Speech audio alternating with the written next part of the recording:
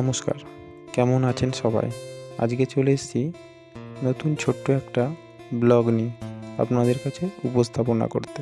শীতের আমেজ মাখা কোনো এক অলস বিকেল, যখন সূর্যটা পাটে বসবে করছে, তখন হুট করেই মনটা চঞ্চল হয়ে উঠল যান্ত্রিক শহরের ধোঁয়া আর শব্দ থেকে মুক্তি পেতে।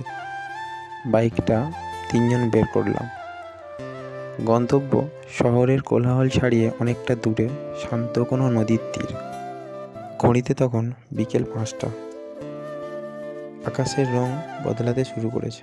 নীল আকাশটা ধীরে ধীরে আবির মাখা লালচে কমলা আভা ধারণ করেছে।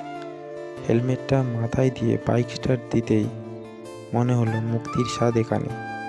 শহরের ট্রাফিক জ্যাম কাটিয়ে যখন ফাঁকা রাস্তায় পড়লাম, তখন বিকেলের মিঠে হাওয়াটা গায়ে এসে বিঁধছিল। দুপাশে সবুজ গাছপালা আর মাথার ওপর নামতে থাকা গোধূলি, সব মিলে এক অদ্ভুত অনুভূতি। রাস্তার দুই ধারে সারি সারি গাছ আর নানান রকম ফুলের বাগান দেখতে দেখতে, যদিও শারদীয় দুর্গা উৎসব এখনো অনেক বাকি, রাস্তার ধারের এই কাশফুলের মনোমুগ্ধকর দৃশ্য দেখে মনটা ছুঁয়ে গেল।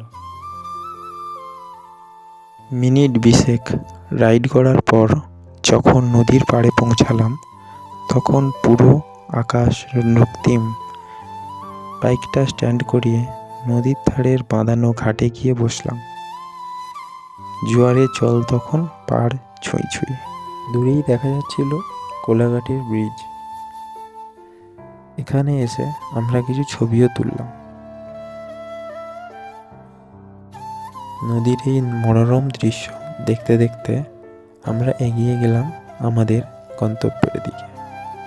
ওখান থেকে এগিয়ে আসলাম আমাদের গন্তব্যস্থল চা খাওয়ার উদ্দেশ্যে। 4 মিনিটের দূরত্ব হাইরোডের কোলে। আমরা এগিয়ে চলেছি হাইরোডের কোল ধরে। কিছু দূর যাওয়ার পরে আমরা দেখতে পেলাম এখানে খেলাধুলা চলছে। শেষ পর্যন্ত আমরা পৌঁছালাম আমাদের গন্তব্যে। সত্যি কথা বলতে দোকানে এতটাই পরিমাণ ভিড় ছিল যে আমাদের 3 কাপ চা খেতে 15 মিনিট টাইম দিতে হয়েছে। কিন্তু চাটি ছিল সত্যি অসাধারণ। আমরা 3 জনেই খুব আনন্দ করেই খেলাম। আমরা 2 জন চা খেতে খেতে একটি ছবিও তুললাম। সূর্যটা টুপ করে ডুবে গেল দিগন্তে। অন্ধকার নামার সাথে সাথে ঝিঁঝি পোকার ডাক শোনা যাচ্ছে। শহরের আলোকগুলো দূরে জোনাকির মতো জ্বলছে। অনিচ্ছা সত্ত্বেও বাইকে উঠতে হলো। ফেরার পথে মনে একটা তৃপ্তি নিয়ে ফিরলাম। মাঝে মাঝে নিজেকে সময় দেওয়া আর প্রকৃতির সাথে কিছুটা পথ চলা বড্ড প্রয়োজন।